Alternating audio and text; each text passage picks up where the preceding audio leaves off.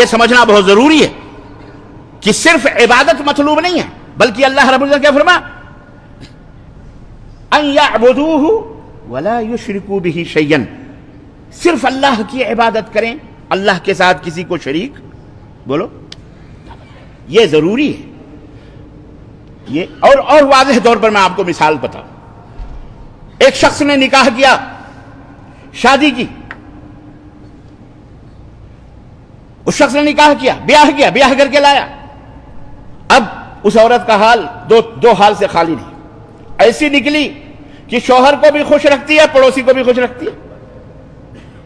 ایک تو یہ ہے اس کی حرکت، ایک قسم تو یہ ہے کہ وہ شوہر کے بھی بسترے گرم کرتی ہے، شوہر کے دوستوں کو بھی بسترے گرم کرتی ہے، اور ایک عورت وہ ہے جو بیاہ کے آئی، شوہر کے ساتھ رہی، لیکن شوہر ہی کو چھوڑ کے چلی گئی، شوہر ہی کو، یا اس کی شادی ہی نہیں ہوئی، بیاہ نہیں ہوئی، زناکاریت طوائف بن گئی وہ۔ آپ یہ بتائیں کہ جو بیاہ کر کے آئی ہے، جو شوہر کے بھی بسترے گرم کرتی ہے اور غیروں کے بھی گرم کرتی ہے، اور ایک عورت جو مکمل طریقے سے اپنے شوہر کو چھوڑ کے چلی جاتی ہے، دونوں میں کوئی فرق ہے؟ بولو، دونوں میں کوئی فرق ہے؟ ارے جو چھوڑ کے گئی وہ تو گئی، یہ جو ہے نا، یہ بہت بڑی مجرمہ ہے، یہ جو شوہر کے ساتھ بھی رہ کر کے شوہر کو دھوکہ دے کر کے غیروں کے بستروں کو بھی عمل کرتی۔ آج وہ لوگ جو اللہ کے سوا اللہ کی عبادت کرتے ہیں، حج بھی کرتے ہیں، روزہ بھی رکھتے ہیں، طواف بھی کرتے ہیں، صحیح بھی، حج بھی سب کچھ کرتے ہیں، زکات بھی دیتے ہیں، بڑی بڑی لمبی لمبی داڑھیاں، پگڑے، تگڑ، امامے، جبے، سب کچھ سجائے ہوئے ہیں، لیکن اللہ کے سوا غیروں کو بھی پکارتے ہیں، اللہ کے سوا غیروں کو مشکل کشا سمجھتے ہیں، اللہ کے سوا غیر اللہ کو بھی حاجت روا، دلوں کے بھیدوں کا جاننے والا کہتے ہیں، اللہ کے سوا غیروں کی چوکھٹوں کے اوپر سر جھکاتے ہیں، اللہ کے سوا سب غیر اللہ کو بھی مشکل کشا سمجھتے ہیں، اللہ کے سوا غیروں کو بھی بیٹا بیٹی دینے والا سمجھتے ہیں، اللہ کے سوا غیروں کو بھی اس کائنات میں متصرف سمجھتے ہیں، چلانے والا سمجھتے ہیں، دینے والا سمجھتے ہیں، عطا کرنے والا، بخشش کرنے والا، گناہوں کو یہ بھی وہی ہے۔ ان میں اور ان میں جو اللہ کو مانتے ہی نہیں، اللہ کو چھوڑ کے چلا گیا، ان میں کوئی فرق ہے؟ بولو، یاد رکھو اچھی طرح سے، عبادت و بندگی صرف نماز نہیں پوچھی جائے گی، سب سے پہلے من رب کا پوچھا جائے گا، تیرا معبود حقیقی، تیرا رب کون ہے؟ نماز روزے میدان محشر میں پوچھے جائیں گے، عقیدہ توحید مکمل ہونا چاہیے، پختہ ہونا چاہیے۔ اسی لیے اللہ نے فرمایا وما خلقت الجن والانس الا لیعبدون، ہماری تخلیق کا مقصد صرف اللہ کی عبادت، صرف نماز عبادت نہیں ہے، صرف روزہ عبادت نہیں ہے، صرف حج عبادت نہیں ہے، صرف زکات عبادت نہیں ہے، صرف 2 سجدے کر لینا، نوافل پڑھ لینا، کسی کو صدقہ خیرات کی، یہی عبادت نہیں ہے۔ سب سے بڑی عبادت یہ ہے کہ اللہ کے ساتھ کسی کو شریک اور ساجیدار نہ سمجھا جائے، صرف اللہ عز و جل کے سامنے اپنے سروں کو جھکایا جائے، اسی سے فریاد کی جائے، اسی کو مددگار سمجھا جائے، وہی مدد دینے والا ہے، اللہ کے سوا کوئی مددگار۔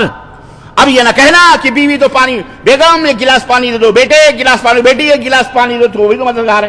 یہ انتہائی خساست اور جہالت کی بات ہے۔ بیوی اگر آپ کی فرما برداری کرتی ہے، ٹھیک ہے،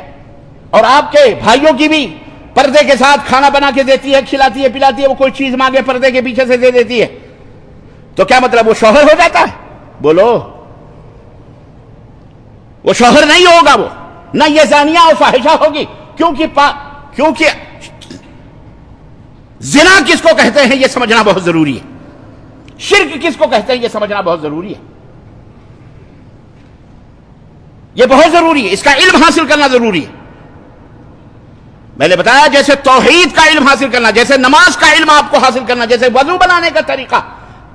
ایسے ہی توحید کے بعد کلمہ لا الہ الا اللہ و شرک کا جاننا یہ بہت ضروری ہے۔ تو اللہ تبارک و تعالیٰ نے اپنا حق سب سے پہلے ہی بتایا، اللہ کا سب سے پہلا حق یہ ہے بندے کے اوپر کہ وہ صرف اور صرف اللہ کی عبادت اور بندگی کریں، اللہ کے سوا کسی اور کی عبادت و بندگی نہ کریں۔ اللہ نے جہاں اپنی عبادت و بندگی کا حکم دیا وہیں یہ بھی ہے کہ اخلاص کے ساتھ عبادت کریں، ملاوٹ کے ساتھ نہیں۔ کس کے ساتھ؟ اخلاص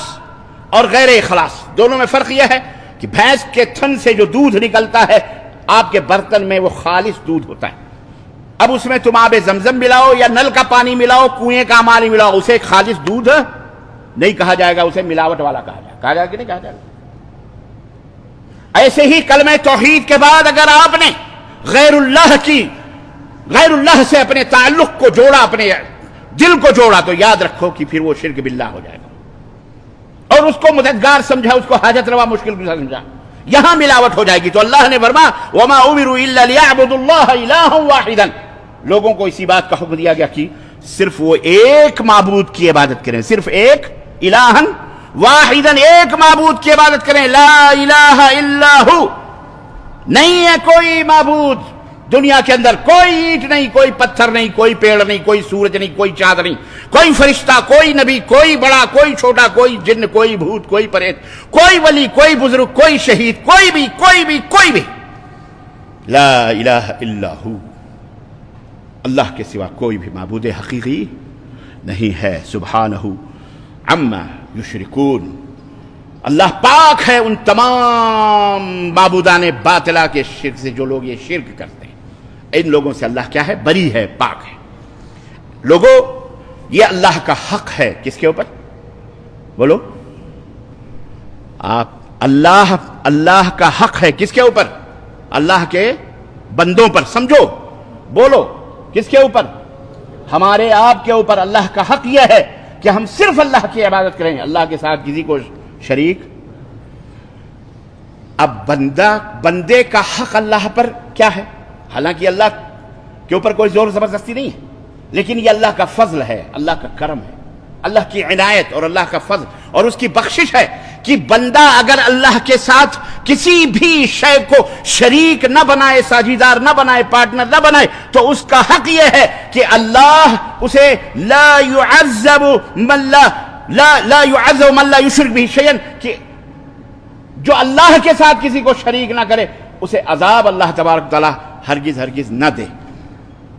اللہ تعالیٰ اسے عذاب سے پاک کر دے، جہنم سے پاک کر دے، کسی بھی سزا سے،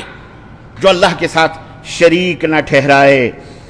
سئل النبی صلی اللہ علیہ وسلم مل موجبتان یا رسول اللہ، نبی صلی اللہ علیہ وسلم پوچھا گیا کہ دو واجب کرنے والی چیزیں کیا، جس سے وہ چیزیں واجب ہو جاتی، ضروری ہو جاتی۔ فقال رسول اللہ صلی اللہ علیہ وسلم من مات لا یشرک باللہ شیئا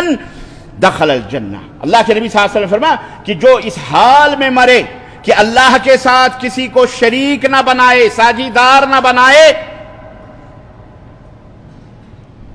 اللہ اسے جنت میں داخل کر دے، اللہ اسے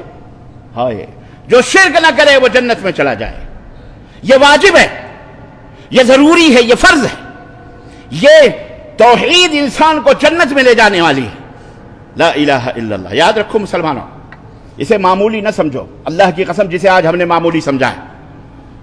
ہندوستان کے اندر ایک بندہ نکلا ہے حج کرنے پیدل، بڑا ہنگامہ، بڑا شور، بڑا شرابہ، استغفر اللہ،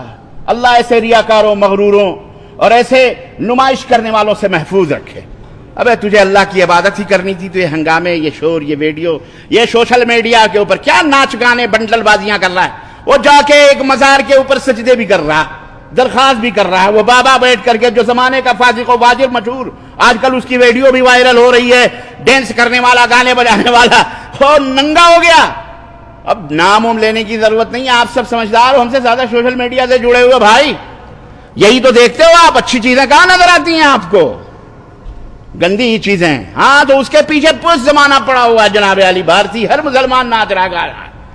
فلانے کا نام، فلانے کا نام، وہ جناب علی ایک نہیں، دو نہیں، چار پیدل حج کرنے، یہ بھئی پیدل حج۔ میرے پاس سوالاتوں کے بوچھار آ رہے ہیں، صاحب پیدل حج کرنا کیا ہے؟ پیدل، ارے ہم نے کہا باولوں کے پیچھے کیوں باولے ہو رہے یار؟